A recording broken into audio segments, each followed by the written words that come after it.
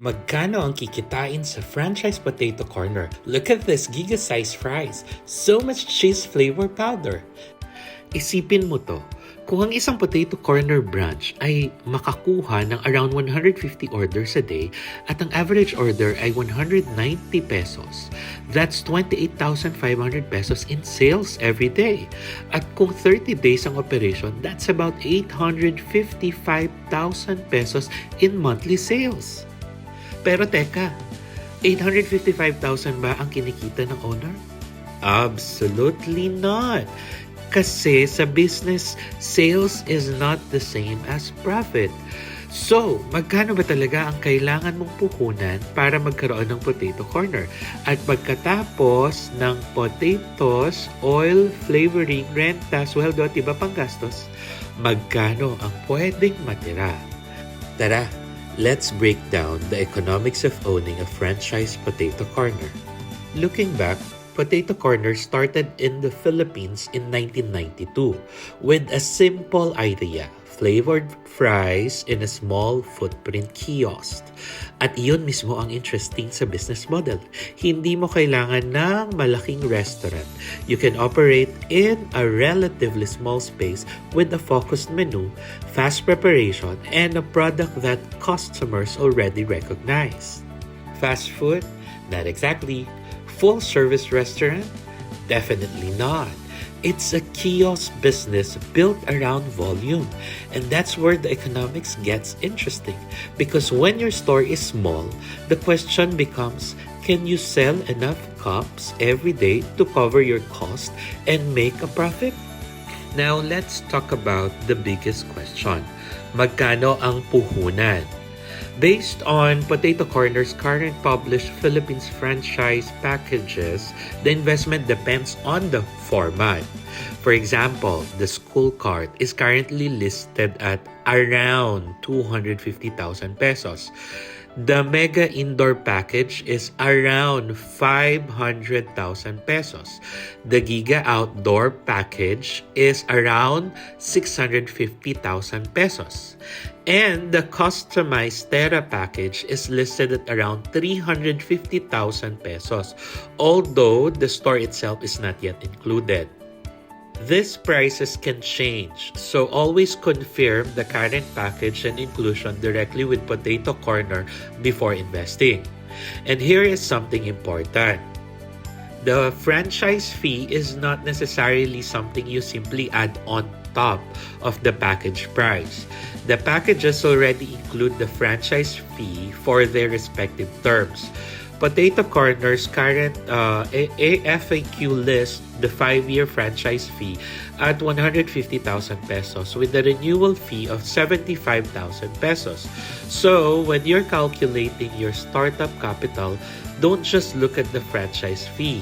You also have to think about equipment, store preparation, rent deposits, working capital, and other operating expenses. Kasi ang tunay na puhunan sa negosyo, hindi lang yung bayad para makapagbukas. It's also the money you need to survive until the business becomes profitable. So, bakit kaya interesting ang Potato Corner business model? First, small footprint. Compared with a full restaurant, a kiosk requires much less physical space. Second, fast service. You don't have to prepare a complicated menu with dozens of dishes. The process is relatively simple. Cook, flavor, serve, next customer. And third, repeat purchases. Fries are affordable impulse purchase. Hindi mo kailangan pag-isipan ng isang oras kung bibili ka ng fries, minsan maamoy mo lang tapos na ang laban. And that's important in economics. A low-ticket product can still generate significant revenue if you have enough transactions. So, the real question isn't mahal ba ang fries? The better question is ilang customers ang dumadaan sa store every day? Now, let's get into the actual economics. According to Potato Corner's current franchise information, the average cost of goods sold or COGS is around 53%. That means roughly 53% of sales goes toward the cost of the product sold. And that leaves an approximate 47% gross margin. Pero ito ang importanteng distinction. Gross profit is not net profit. For example, imagine a branch generates 100,000 pesos in sales. If around 53% goes to COGS, that's approximately 53,000 pesos COGS. That leaves 47,000 pesos gross profit. Pero hindi ibig sabihin na 47,000 na ang iuuwi ng owner. Because the business still has to pay rent, crew, salaries, electricity and utilities, taxes, and other expenses, other operating costs, and applicable franchise-related expenses. So after all those costs, that's when we start talking about net profit. Now, let's use a sample scenario. Again, this is not an official Potato Corner branch income figure. We are simply building an illustration so we can understand the economics. Let's say a branch gets 150 orders per day, and let's assume the average transaction is 190 pesos. That is 28,500 pesos in sales per day. Multiply by 30 days and we get 855,000 in monthly sales. Sounds huge, right? Pero remember, sales is not equals to profit. Now, let's apply the published average COGS of around 53%. 855,000 times 53%, that's approximately 453,150 pesos in COGS. So, 855,000 pesos sales minus 453,150 pesos COGS leaves approximately 401,850 gross profit. But we are still not done. Here's where we need to be honest. Potato Corner does not publicly disclose a standard net income figure per branch. So, I cannot responsibly tell you that the owner makes exactly 128,000 pesos a month or the owner makes 214,000 pesos. Those numbers would depend heavily on the actual branch. A store in a high-traffic mall may have very different sales from store in a quieter location.